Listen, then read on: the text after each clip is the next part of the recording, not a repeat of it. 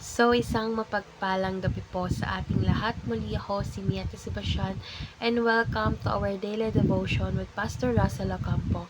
And today our devotion talks about humility makes us wiser every day. And our scripture is all about Mark chapter 10 verse 43 to 45. Not so with you. Instead, whoever wants to become great among you must be your servant, and whoever wants to be first must be slave of all. For even the Son of Man did not come to be served, but to serve and to give his life as a ransom for many.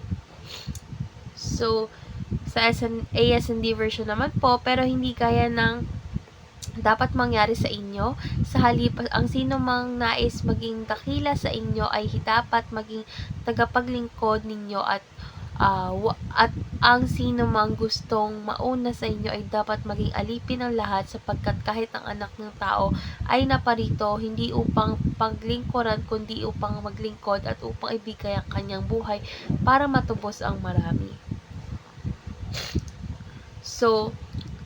So, tungkol saan nga ba tong verse na ito? So, yung verse na ito ay nagtuturo na ang tunay na kadakilaan ay hindi matatagpuan sa pamumuno o sa mataas na posisyon, kundi sa kababaang loob at paglilingkod. So, tinatampok dito na ang katotohanan na ang pagpapakumbaba ay hindi kainaan, kundi isang daan patungo sa tunay na karunungan at tagumpay. So, ipinapakita ni Jesus na sa pamamagitan ng kababaang loob, hindi lamang tayo magiging matagumpay sa buhay, kundi magiging marunong sa bawat desisyon na ating tatahakin sa ating buhay.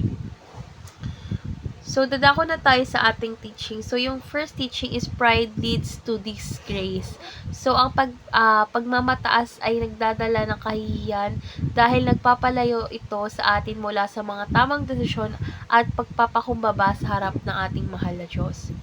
So, second is humility leads to wisdom. So, ang kababaang loob ay nagbibigay daan upang matuto tayo sa mga pagkakamali at makita ang mundo mula sa perspective ng iba na nagpapayaman sa ating kalaman at pag-unawa. So, last teaching is pride fails and humility succeed. So, yung pagmamataas ay nagdudulot ng pagkabaksak, samantala yung pagpapakumbaba ay nagdadala ng tagumpay dahil ito ay nagiging bukas sa pagtuturo at paglago. So, dadako na tayo sa ating application. So, yung first application is avoid pride as it leads to disgrace. So, sikapin nating iwasan yung pagmamataas dahil ito ang nagiging sanhi ng ating pagkabaksak at pagkatalo sa buhay. So, second is be humble as it leads to wisdom. So, yung pagiging mapagpakumbaba, nagiging mas bukas tayo sa mga aral ng buhay at gayon sa natututo tayo at lumalago sa karunungan. So, last application is keep on improving as it leads to success. So, patuloy na pagbutihin ang sarili sa pamamagitan ng pagpapakumbaba at pagtanggap ng mga aral sapagkat ito ang susi sa ating tagumpay. So, dadako na tayo sa ating last part, which is our discussion. And our discussion talks about how can humility help us gain wisdom.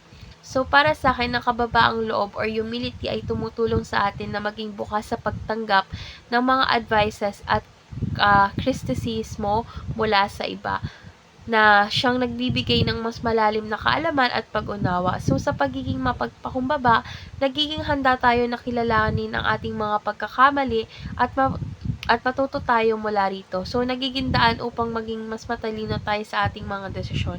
So, yung mga taong magpakumbaba or nagpapakumbaba ay hindi natatakot magtanong at magpaturo, na siyang susi upang patuloy na lumago at maging matagumpay.